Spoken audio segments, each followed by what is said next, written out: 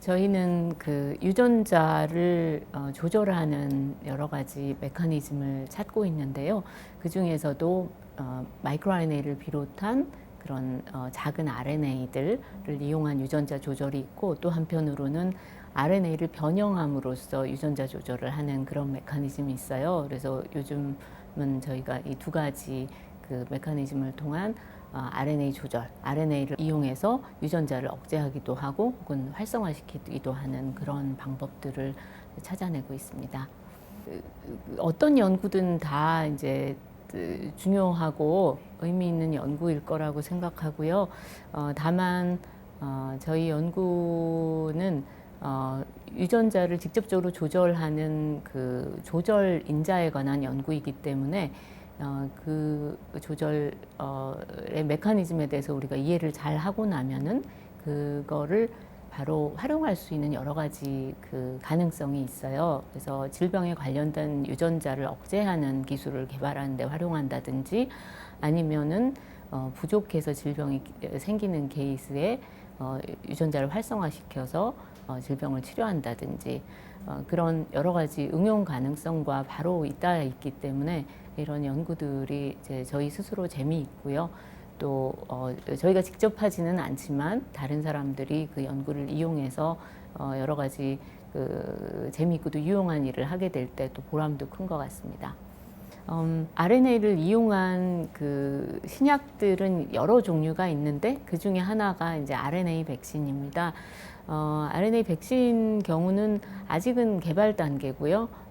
아직은 그 식약청에서, 우리나라 또는 미국의 식약청에서 승인된 거는 아직 없어요. 다만 그 다른 백신, 전통적인 백신과는 달리 개발하는데 시간이 훨씬 적게 걸리고 비용도 적게 걸리고 또 관리, 유통, 또 품질 관리 등에서 훨씬 더 유리하기 때문에 일단 개발에 성공을 하게 되면은 상당히 많이 쓰이게 될 가능성이 있습니다. 그래서 이제 많은 사람들이 관심을 가지고 개발을 하고 있죠.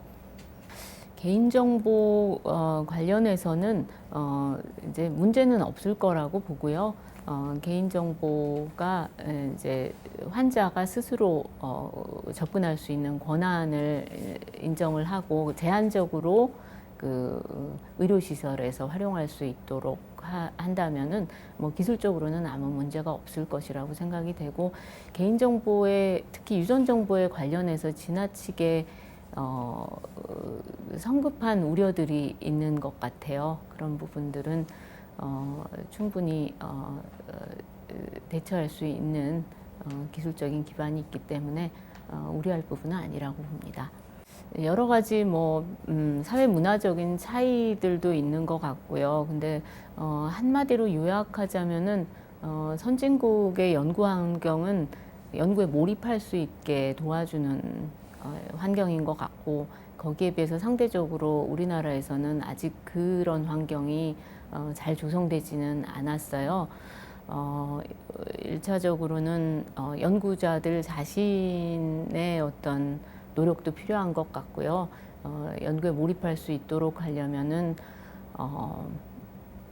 사실 그 개개인의 연구자가 교수뿐만 아니라 학생, 포스닥 모든 참여하는 연구자들이 어떤 그 수직적인 것보다는 좀 더 권위적이지 않고 수평적인 연구 문화 속에서 서로 질문하고 토론할 수 있는, 그래서 또 연구를 집중적으로 하면서 이렇게 같이 갈 수 있는 그런 문화가, 연구실 문화가 이루어져야 되고, 또 한편으로는 그 어떤 독창적인 연구에 대한 그 존중, 이런 것도 저희가 조금 부족한 문화가 아닌가 이런 생각이 들고요.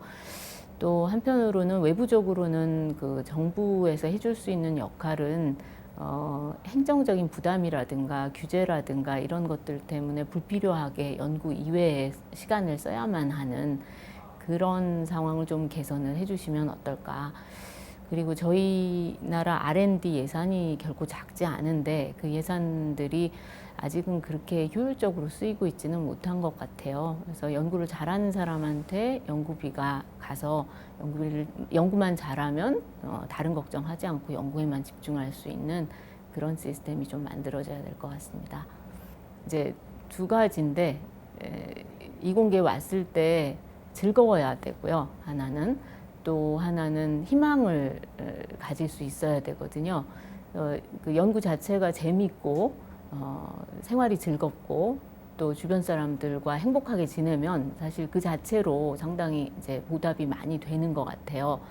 근데 아직까지 우리나라 연구실 문화가 그렇게 이상적인 상황은 아직은 좀 거리가 있어 왔던 것이 이런 어떤 그 이공계 기피 현상의 하나의 원인이 아닐까 싶은 생각으로 이제 리더십 포지션에 있는 사람들이 더더욱 반성을 해야 되는 그런 부분인 것 같고, 또 한편으로는 희망을 줘야 되는데요. 아무리 힘들어도 사실 공부하고 나가면 좋은 직장이 있다라든가 또 사회 기여를 많이 할 수 있다든가 이렇게 되면 힘들어도 많이 이공계로 올 수 있을 것 같거든요. 그만큼 이제 결국은 그 사회에 기여할 수 있는 여러 가지 직업적인 통로가 많이 만들어져야 되는데, 그러려면은 기초과학뿐만 아니라 이제 창업도 많이 이루어지고 산업이 같이 동반해서 성장할 수 있어야 될 것 같은 생각이 듭니다. 그래서 대학을 중심으로 요즘 창업이 활성화되는 거는 좋은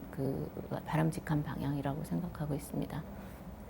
저는 비교적 이렇게 여러 분야를 돌아다니면서 연구를 한 편이에요.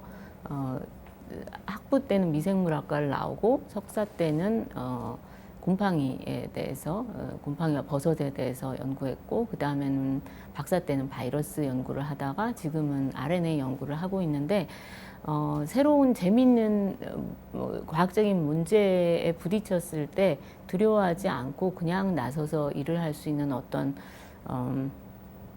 남들은 그걸 용기 있다라고 볼지도 모르지만 용기라기보다는 그 분야에 대한 이해도가 어느 정도 있기 때문에 다른 분야로 선뜻 나가서 일을 할 수가 있는 것 같아요.